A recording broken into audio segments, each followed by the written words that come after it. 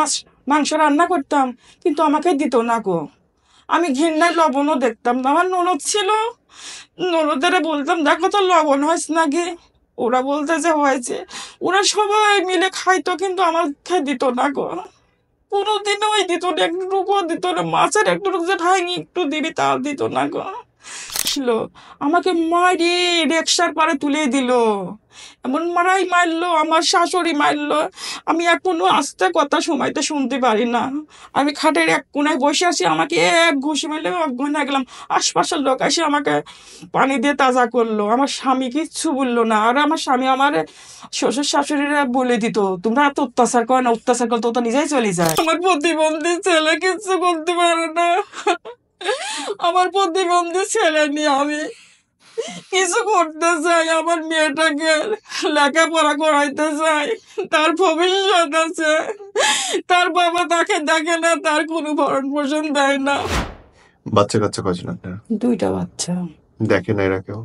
না, কেউ নাই দেখার। কেন বলেন তো? ওরা কে কি করে? আমার হাজব্যান্ড তো হচ্ছে অন্যজনকে নিয়ে সে সংসার করছে, আমাকে কিছু দেয় না, আমার ছেলে মেয়েকেও কিছু দেয় না। আমি 18 বছর ধরে আমার 2টি সন্তান নিয়ে আমি খুব কষ্টে আছি। আর সন্তানকে দেখে না গো, ওদের ভরণ পোষণও দেয় না। সে অন্য মেয়েকে বিয়ে করে সে তার সঙ্গে সে সংসার করছে। এই কাণ্ড হয়েছে কতদিন? মানে আপনাকে ছেড়ে দিছে কতদিন? আমাকে ছেড়ে দিয়েছে তাও 20 বছর হচ্ছে। 20 বছর জি হয়েছে আপনাকে ছেড়ে দিছে? জি। ওই ঘরে বাচ্চা কাচ্চা হয়ে গেছে? হ্যাঁ, ওই ঘরে 4টা বাচ্চা হয়েছে। আর এই 20 বছর আপনি চলতেছেন কেমন করে? এই যে এর এখন এর অত্যন্ত সাহায্য নিয়ে ওর বাড়িতে কাজ করে আমার 2টি ছেলে মেয়েকে আমি চলাচ্ছি। আমার একটা ছেলে প্রতিবন্ধী, আমার মেয়েটাকে লেখাপড়া করাচ্ছি, কিন্তু খুব কষ্টে জীবন যাপন করছে। আমি ভাড়া বাসায় থাকি, এক মুঠ খাই এক মুঠ খাই না, মেয়েকে লেখাপড়া করাচ্ছি। আমি আপনাদের এখানে আসছি, আমার কিছু সাহায্য করলে, অর্থের দিক দিয়ে সাহায্য করলে আমি কিছু করে আমার 2টো বাচ্চাকে মানুষ করতে পারতাম, তার ভরণ পোষণ নিতে পারতাম। বাসা ভাড়া থাকি, বাসা ঠিক মতন ভাড়া না দিলে তারা অনেক অত্যাচার করে, বের করে দেয়। কারোর বাড়িতে কাজে গেলে তারাও খারাপ চোখে নজরে দেখে। আমার বিয়ে হয়েছিল ছোট্ট বয়সে, আমার গরিব বাবা মা, তারা আমাকে বিয়ে দেয়। আমার শাশুড়ি আমাকে একদিনে দেখে আমাকে বিয়ে করে নিয়ে যায়। ওরা কিন্তু খুব অবস্থা ভালো, কিন্তু খুব লোভী, খুবই লোভী। আমাকে বিয়ে করে নিয়ে যায়, একদিনের ভিতর বিয়ে করে নিয়ে যায়। আমার বাবা গরিব ছিল, বিয়ে করে নিয়ে যাওয়ার পরে তার পরের দিনে আমার বাবা আনতে গেছে, আমাকে ঘরে আটকে রাখছে, আমার বাবাকে দেখাইতে দেই নাই। তখন আমার শাশুড়ি বলে যে হচ্ছে ওর গহনাপাতি বের করে দেয় আমার শাশুড়ি, যে এই জিনিস দিতে হবে, তবে তোর মেয়ে তোর কাছে দেবো না, তোর মেয়ে তোর কাছে দেবো না। তখন আমার আব্বা অনেক হাতে পায়ে ধরেছে, আমার মেয়ের মুখটা তো দেখান, আপনারা নিয়ে আসছেন, ঘরে তালা মারা অলরেডি। আমার ওরা খুব দুর্ধর্ষ আর মাদক দ্রব্য ব্যবহার করে, খায়, মাদক খায়। তারপরে আমার অনেক করার পরে আমার আব্বাকে বাড়ির থেকে ঘাট ধরে বের করে দেয়। দেবার আমার আব্বা গরিব অসহায়, অনেক কান্নাকাটি করার পরে পরের দিন আবার আসছে, আইসি সারি বলেছে আমার মেয়েকে দেখান। তারপর আমাকে দেখাইছে, দেখার পরে বলেছে যে এইসব জিনিস দিলে দেখা তোর মেয়ে তোকে দেবো। তখন আমার আব্বা কোন অবস্থা, আমার বাবার বাড়ির থেকে একটু জানতে জায়গা পাইতো, সেই জায়গা বিক্রি করে তারপর আমার শাশুড়ির কাছে নিয়ে যায়, ওই টাকাটা ধরে যে দেখেন আমি তার গহনা দিতে পারবো না, এটা হচ্ছে। আমার শাশুড়ি বললো যে তুই খদ্দের বানাবি না, তুই খদ্দের বানাবি না, আমাকে টাকা নিয়ে এসে দিবি, আমি গহনা এরম গহনা বানাই দেবো। তখন আব্বা হচ্ছে আমার নানির বাড়ি থেকে জায়গা বিক্রি করে টাকা নিয়ে যায় আমার শাশুড়ির কাছে দেয়। আমার শাশুড়ি তারপর আর আব্বাকে কয়েছে তাহলে এবার তুই বাড়ি থেকে বের হয়ে যা। আমাকে অন্য ঘরে দরজা দিয়ে রাখছে, কিন্তু একবারই যাস খালি একটা মুখ দেখাইছে। আর আমি খুব ছোট ছিলাম, বুঝতাম না কিছু। তারপরে হচ্ছে ওই গহনা নিয়ে আমার শাশুড়ি করলো কি, বড় একটা ইলিশ মাছ খাসির মাংস নিয়ে আসলো, নিয়ে এসে রান্না বাড়ি করে সবাই খাচ্ছে, কিন্তু আমাকে দিল না সে খাবার। আর আমি অতটা বুঝতেও পারি না। তারপরে আমাকে যেদিনকে বিয়ে করে নিয়ে আসে সেদিনকে কিন্তু এখন লজ্জা নাই, এখন বলতে কিন্তু লজ্জা নাই। তখন আমাকে হচ্ছে আমার স্বামীর ঘরে আমাকে এক ঘরে রাখিছিল না। আমার শাশুড়ি খাটের পাশ ছিল, আমাকে ওই শাশুড়ির ঘরেরই মেঝেতে আমাকে শোয়া রাখছিল। তারপরে ধরুন ওই রকম করতে করতে আমার স্বামী নেশা টেশা করে অনবস্থা হয়ে আসতো। আইসি সাইরে আমার উপর মানে অনেক রকমের টর্চারিং করতো। আমি বুঝতাম না, ছোট মানুষ ছিলাম, বাপ গরিব মানুষ, কি করবো কর। তারপরে হচ্ছে আমাকে বলতেই পানি নিয়ে আয়। আমি পানির গিলাস নিয়ে যাইতাম, যাই সে নেশা অবস্থা করতাম, আমার পা সোজাসুজি দাঁড়া, পা সোজাসুজি আমি দাঁড়াতাম গ্লাসটা নিয়ে, আমাকে এমন করে নাকতে মারতো, আমি একবারে যাই ছিটকায় পড়ে যাইতাম, পড়ি চিল্লা কান্নাকাটি করতাম। আমার শাশুড়ি দৌড়ে দৌড়ে এসে বলতো, "এই একটা আওয়াজ করবি না, তুই একটা আওয়াজ করবি না, এই শব্দ যেন বাইরে না যায়।" আমি ভয়ে কাতর হয়ে থাকতাম। তারপর ধরেন এমনি করে প্রতিদিনই দুটা ননদ আছে, ননদের আমি সম্পূর্ণ সংসারে কাজ করতাম, মানে আমি ধরেন ওই কাজের বুয়া হিসাবে আমাকে ইয়ে করতেছে দিনের পর দিন। হুম তারপর কাজ করতাম, দড়ি কাজ করতাম। ধরেন আজান পড়ার সঙ্গে সঙ্গে আমি কিন্তু নামাজ, আল্লাহর ভক্ত আমি খুব। হুম 9 বছর বয়সে থেকে আমি কোরআন শরীফ নামাজ পড়ি। হুম কিন্তু টাইম মতন তাদের কাজ করি, আমি লক করি, হচ্ছে আমি নামাজটা পড়তাম, পড়ে সারি কোরআন শরীফ পড়তাম। কিন্তু যখন কোরআন শরীফ পড়তাম আর নামাজ পড়তাম, আমার তখনই কান্না করার সেই সময়টা ছিল। তাছাড়া আমাকে এমনি কান্না করতে দিত না গো। হুম ওই একটা আওয়াজ করবো না, কেউ বাড়ির থেকে আসলে পারে আমার তার সামনে যাইতে দিত না গো। হুম আমি পলায় থাকতাম। ওই নামাজ পড়তাম আর চোখের পানিতে কোরআন সব ভিজে যাইতো। আর সিজদায় পড়তাম, সিজদার জায়গা ভিজে বুক ভাসে যাইতো। ওইটাই আমার কান্নার জায়গা ছিল। তাছাড়া কোথাও কান্না করতে পারতাম না গো। তারপর ধরেন রান্না করছি, সে রান্না আমাকে ভাত দিত না কো, ওই নিস্কোর ভাত, অল্প একটু সুদা ভাত আমাকে দিত। আর সারাদিন ধরেন কত অত্যাচার আপনাকে বলবো, বলতে পারছেন, এদিকে স্বামী আসবে, আগুন দুপুর হয়ে যাচ্ছে, নেশা করে আসবে। ধরেন ওই ভাত খাইতাম না, কানতাম, নামাজ পড়ি কানতাম। মানে দিনের পর দিন এমন ভাবে করতে করতে তারপরে দুটো দেওর ছিল, দেওররা খুব খারাপ ছিল।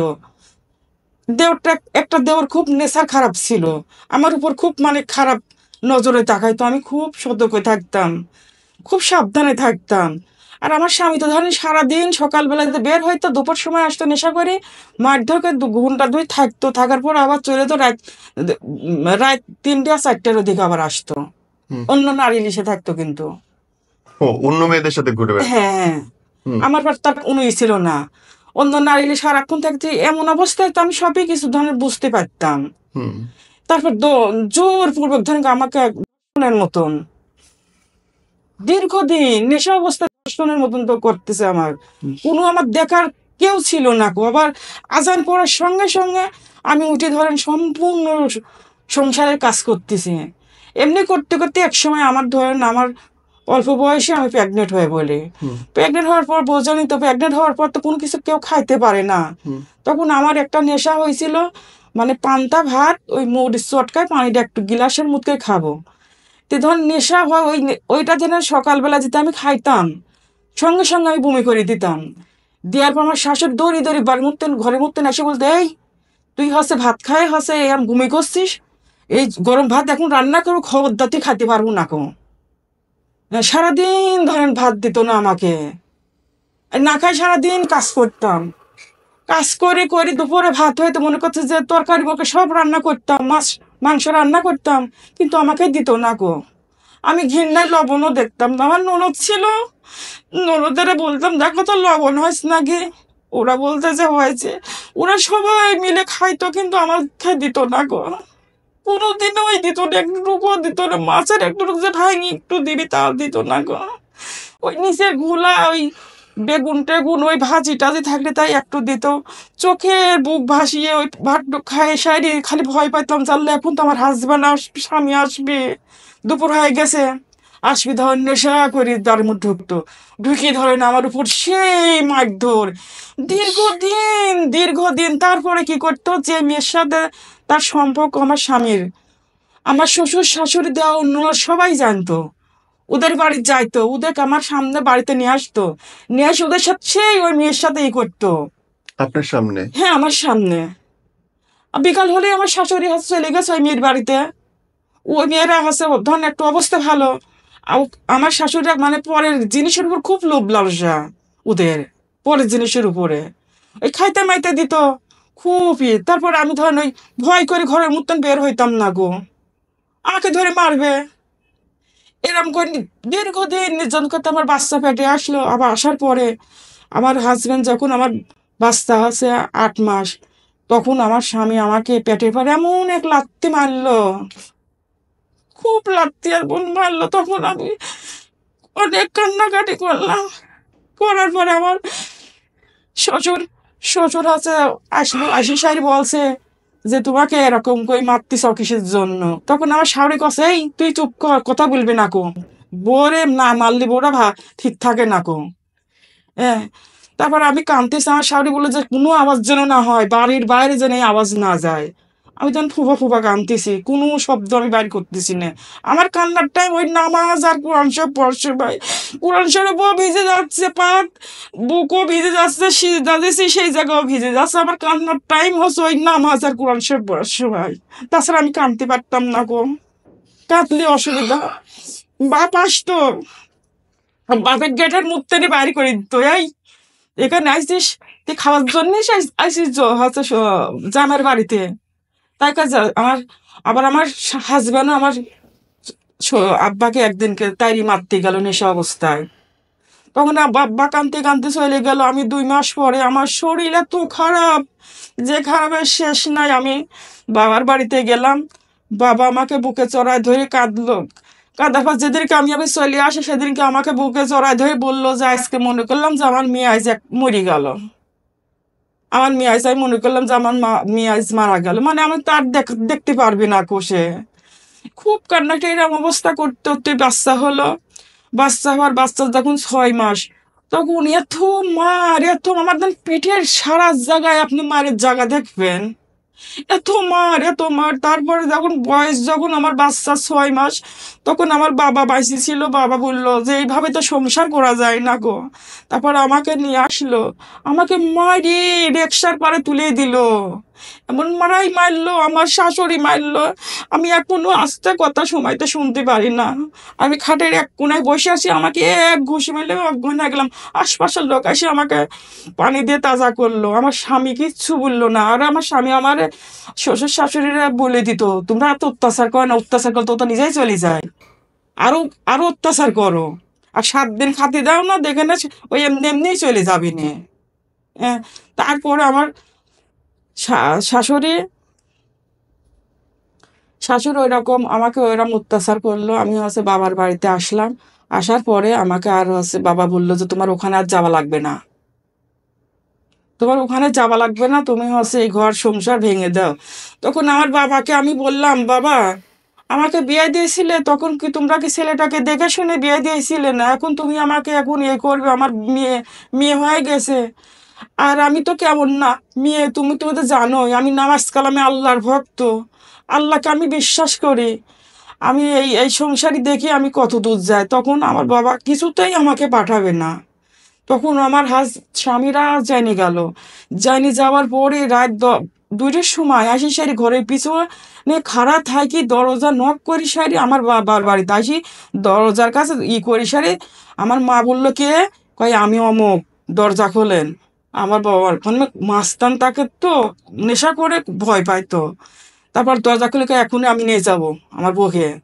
ঠিক আছে, এই রাত্রি তোমাকে নিয়ে যাও, তুমি থাকো, সকালে নিয়ে যাও, কারণ এই মুহূর্তে আমি নিয়ে যাব। তাই কি আমার চুল ধরে হাত ধরে টাইনি নিয়ে সে রিক্সা করে নিয়ে চলে গেল। আপনার বাপের সামনে ওর আপনার চুল ধরে নিয়ে চলে গেল? হ্যাঁ, চলে গেল। আপনার বাপ কিচ্ছু বললো না? হ্যাঁ, আমার বাপ ঠেকালো, মা ঠেকালো। ও তো মানে না, শ্বশুর শাশুড়ি মানে না তো।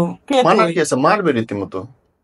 ও তো আপনার তুলে নিয়ে যেতে সাহস পাই করতে? ও তো আরো 2-3 জনের সঙ্গে করে নিয়ে আসে, মাস্তান ধরেন আপনাকে বলছে নেশা করে। বিয়ে কেস করবে? কেস করবো একদিন, তারপরে ওইটা বলতেছি। তারপরে নিয়ে যাওয়ার পরে ও ধরেন এমন অত্যাচার আমাকে করতেছে, আমি ভাষায় প্রকাশ করতে পারছি না। পুষ মাসে গা হাত পা কাঁপছে। আমার স্বামী রাত 2টার সময় 1টার সময় আসি, দরজা খুলি দিই, বিছানায় শোয়, কিন্তু আমাকে আছে আপনাকে বলতে আমার লজ্জা করতেছে। আমাকে জোরপূর্বক খারাপ নেশা অবস্থায় মানে আমার উপর খুব অত্যাচার করতেছে, নির্যাতন করতেছে। করার পরে ওই ল্যাপের ভিতর আমাকে রাখবেন, মানে তার কাজ হয়ে গেছে, আমাকে বললো তুই মাইজেছে শো, ফ্লোরের পর শো। তা আমি যখন উঠতে চাচ্ছি না, শীতের ভিতরে উঠতে চাচ্ছি না, আমাকে চুল ধরে না লাত্তে মারি নিচে ফেলাই দিল। ফেলা দেওয়ার পরে কলে যে তুই কোনো কিছু নিতে পারবো না, ফ্লোরের পরে তুই কোনো গার পরও কিছু নিতে পারবো না গো। মানে আমাকে ওইটা সাজা দিয়েছে যে আবারও অত্যাচার চলে যা, মানে এরকম করতে। তারপর আমি ফ্লোরে শুয়ে কাঁপতেছি কাঁপতেছি, পুষ মাসে শীত, ফ্লোর পর খালি খালি কি শোয়া। আমার বাবার বাড়িতে কিন্তু আমি ল্যাপ লেগেছি, খেতা লেগেছি, ওইটা নিয়ে ও কিন্তু শুয়েছে, আমাকে দিবে না সে। এরকম দীর্ঘদিন হতে যেই আজান পড়ে সেই আমি উঠি, উঠে সেই ধরেন রান্না বাড়ি কাজ কাম সব কিছু সকাল 7টার সময় সম্পূর্ণ কাজ করে আমার শাশুড়ির কাছে যাই, ভাত তরকারি রান্না করে দিই। আমার শাশুড়ি ভোরেই কি আল্লাহ পাক সে জানে কি আমাকে উছিলা করি, মানে বিচ্ছিরি বিচ্ছিরি ভাষায় কথা বলে, গালিগালাজ করে করি, আশপাশের লোকের জমা ফেলা দেয়। দেওয়ার পর আমার স্বামী ওইটাও নেশা, সারা রাত নেশা করেছিল, কাটিয়ে গেছে ভোরে উঠে সারি কি হয় মা, যে মিথ্যে কথা কয় কি মার, কি মার দেয় আপনাকে বলতে পারছেন না। এত আমার আমারে আমার ছোট বাচ্চা মেয়ে চিল্লায় কাঁদে, মি ভয়ে ডরাই, মিথ্যে কথা কয় না। এরপরে গিয়ে বাচ্চা হইলো আরেকটা কবে? তারপরে আবারও অমন করতে করতে 3 বছর পরে আবারও একটা বাচ্চা মানে আসে গেল। তখন এই বাচ্চাটা প্রতিবন্ধী হয়েছে? জি প্রতিবন্ধী। স্বাভাবিক, এরকম সম্পর্কে তাই হয়। তারপরে কি আপনার সঙ্গে ডিভোর্স হলো কবে? তারপর আমার স্বামী তারপরে ওই রকম বাচ্চার কত বছর বয়সে? আমার ওই বাচ্চার বয়স যখন হচ্ছে 16 বছর তখন। মানে ছোট বাচ্চা 16 বছর। জি জি। তারপরে কি আপনি ডিভোর্স দিলেন না সে দিছে? সেই দিয়ে দিছি আর একটা, আবার একটা হচ্ছে যে প্রেমিকার কাছে যাইতো, সেই প্রেমিকাকে বিয়ে করে বাড়িতে নিয়ে আসলো। নিয়ে আসার পর আমার পর এত আমাকে এই যে পুরো ঘটনাটা ঘটলো, আপনার উপরে এত অত্যাচার হচ্ছে, প্রত্যেক দিন অত্যাচার হচ্ছে, আপনি তো শারীরিক প্রতিবন্ধী না, জি না, আপনি তো চাইলেই নিজে রিক্সা চালায় হইলেও নিজের পেট চালাইতে পারতেন। তখন তো সেই সময় তো আজ থেকে অনেক দিন আগে, তখন তো এইসব ছিল না। মেয়েরা তো পর্দার ভিতর থাকতো, গরিব বাবা মা হলেও বলতো যে মারে তুই এই সংসার ধরে খা। আর আমি তো আল্লাহর ভক্ত ছিলাম। আল্লাহর ভক্ত থাকলেন, আল্লাহর নবীর বউরাই তো যুদ্ধ পর্যন্ত করছেন, যে আমি যে যুদ্ধ করব আমার, ব্যবসা করছেন নিজে। আল্লাহ যে নবীর সেটা প্রথম ওয়াইফ, সেই সময় সবচেয়ে সম্মানিত মহিলা এবং সবচেয়ে বড় মহিলা ছিলেন, পর্দা করেই ব্যবসা করছেন। কিন্তু সেটা তো তা আপনি তো তার চেয়ে বড় পর্দানশীল না। না, আমার তো কিছু থাকতে হবে, কি তখন কি করতে ব্যবসা পারি? করতে কিছু লাগে? টাকা পয়সা না হলে কি এক যুগে আর কি ব্যবসা করবো কর? চা বেচতেন। সেই সময় ধরেন আমরা আজ থেকে অনেক দিন আগে কর কথা, তখন তো এইটা কেউ এখন যে যখন যুগ বলে যে আইছে, আমার উপর স্বামী নির্যাতন করে দিনের পর দিন, আমার কাছে প্রথম মনে হয় এই মানুষটা নিজে অপরাধী। একটা মানুষ আপনার গায়ে হাত তোলার সাহস পাবে কোথায়? যদি আপনার নিজের সেলফ সম্মানটা থাকে, আত্মসম্মান যদি থাকে। সেলফ অনারই তো না, আপনার নিজের প্রতি নিজের সম্মান নেই, আপনি নিজের জড় বস্তু মনে করেন, আপনি মনেই করেন না যে আপনার নিজের চলার ক্ষমতা আছে। গরিব মায়ের সন্তান হলে যা হয় আর কি, দিস ইজ বুঝছেন? নট অ্যাবাউট আমি তো প্রপার্টি। অনেকবার প্রোগ্রাম নিছি, আমি তো অনেকবার নিছিলাম তাকে ছেড়ে দেব, তো ছাড়েন নাই তো। না তো মনে মনে চিন্তা করলে হবে? আমি চিন্তা করলাম আমি চাঁদ বেচে দিবে, হবে নাকি? না, কিন্তু যে সারা বাপের বাড়ির যখন আসে তখন আবার জোর বাপের বাড়ি কেন ভয় আসবেন? দেখায়, ভয় দেখায় তোর নিজের মতো করে বাপেকে চলবেন। এই মারি শহরে, দেবো। এই শহরে গার্মেন্টস চাকরি করে কোটি কোটি মানুষ চলতেছে, আপনি আপনি কেন পারবেন না? সম্মানের সাথে চলতেছে। গার্মেন্টস তো ধরেন এখন আজ থেকে আমার তো আজ থেকে আরো 30 বছর, 40 বছর আগে থেকে বাংলাদেশে গার্মেন্ট চলতেছে। তখন আমরা গ্রামের মানুষ, বুঝেন না, গ্রামের মানুষ তো এতটা বুঝতাম না। 99% গ্রামের মেয়েরাই আজকে গার্মেন্ট শিল্প চালাচ্ছে। আজ So ওই কথা বলে লাভ নেই। এনিও বোন, আমার কাছে আমার কষ্টটা লাগে হচ্ছে ওইটা দেখে। যদি কেউ বলে যে আমারে মারতেছে আর আমি সহ্য করে গেছি, আমার কাছে খুব কষ্ট লাগে। আমার মনে হয় ঠিক হয় নাই। আপনার এখন যে পরিস্থিতি সেটাও খুব বাজে পরিস্থিতি, এবং আপনার এখন আসলে আর কিছু করার নেই। যারা দেখতেছে তাদের জন্য যদি কিছু বলতে চান লাস্টলি বলেন। হ্যাঁ আমি বলতে চাই, আমি অসহায় মা, আপনাদের দুয়ারে আমি আইছি, আমাকে কিছু অর্থ দিয়ে সাহায্য করেন যাতে আমার দুটি ছেলে মিলে আমি যেন কিছু করতে পারি, কারোর দুয়ারে আর লাগতে যেন না খাওয়া লাগে। আমার মেয়েটাকে যেন আমি লেখাপড়া করাইয়া একটা ভালো ঘরে ভালো জায়গায় যেন দিতে পারি, তাই আপনার কাছে আর্থিক সাহায্য চাই। এই হাত কবুল করে নিয়েছি আমার ছেলে মেয়েদের জন্য, আপনি যা দিবেন এটা আপনি আখিরাতে এটা পাবেন। আপনার কাছে এটাই আমার বলল, আমি বড় অসহায়, জীবনে বড় যুদ্ধ করে আজ এই জায়গায় এসেছি। আপনার কাছে হাত তুলে আমি এটাই বলতে শান্তি চাই, আমার ছেলে মেয়েকে আমি মানুষ করতে চাই, তাদের বিয়ে শাদী চাই। আর আপনার আর্থিক অবস্থায় যদি আর্থিক যদি সাহায্য করেন, আমি কিছু করতে চাই, করে ছেলে মেয়ে নিয়ে আমি এক জায়গায় বসবাস করতে চাই। আমি যে ভাড়া বাসায় থাকি, সেই ভাড়া বাসার যেন আমাকে লাত্তিদের বের করে না দেয়, হাড়ি পাতিল সব মাস, এক মাস না দিতে পারে পরের মাসে বের করে দেয়, এ বাসাতে না ওই বাসায়, এরা যেন যাওয়া না লাগে, আমাকে একটু সাহায্য করবেন। সেই সাহায্য নিয়ে আমরা তিনজনের জন্য এই পৃথিবীতে এক মুঠ খায়ে বেঁচে যেন আমি থাকতে পারি। আপনার মোবাইল এটাই নম্বরটা বলেন। এটাই আমার আপনাদের কাছে অনুরোধ। আমার প্রতিবন্ধী ছেলে কিছু করতে পারে না, আমার প্রতিবন্ধী ছেলে নিয়ে আমি কিছু করতে চাই, আমার মেয়েটাকে লেখাপড়া করাইতে চাই, তার ভবিষ্যৎ আছে, তার বাবা তাকে দেখে না, তার কোনো ভরণ পোষণ দেয় না। আপনাদের কাছে অনুরোধ করে বলতেছি, আমার এই কথা আপনারা মায়া লাগে আল্লাহর রহমতে আমাকে কিছু সাহায্য করবেন, আমি যেন সেটা নিয়ে যেন আমার ছেলে মেয়েলে যেন আমি যেন আল্লাহ আমি ঠিকভাবে যেন ভরণ পোষণ তাদের দিতে পারি। এইটাই তো আপনার কাছে আকুল আবেদন, আমার কথা ভেবে কিছু আমাকে সাহায্য করবেন। আমি এই দুনিয়ায় বড় অসহায়, আমাকে দেখার মতন কেউ নাই। এই বয়সে আমি কি করব? আমার ছেলে মেয়ে নিয়ে, আমার ছেলেরা যদি ভালো হইতো তাও আমাকে ভরণ পোষণ দিতে পারতো, কিন্তু আমার ছেলে প্রতিবন্ধী। আমার মেয়েটার স্কুলে লেখাপড়া খরচ, তার ভবিষ্যৎ আপনাদের উপরে, আপনারা কিছু দান করবেন, আমাকে সাহায্য করবেন, এটাই আমার বলার। আপনার মোবাইল নম্বর বলেন। বিকাশ নাম্বার 0171033563, আবার বলেন। 017100333563। আল্লাহ আপনার ভালো করুক। ভিডিওটা দেখবেন, শেয়ার করবেন, আর অসহায় মানুষদের পাশে দাঁড়াবেন। আল্লাহ আপনার সঙ্গে থাকবেন ইনশাআল্লাহ। Thank you.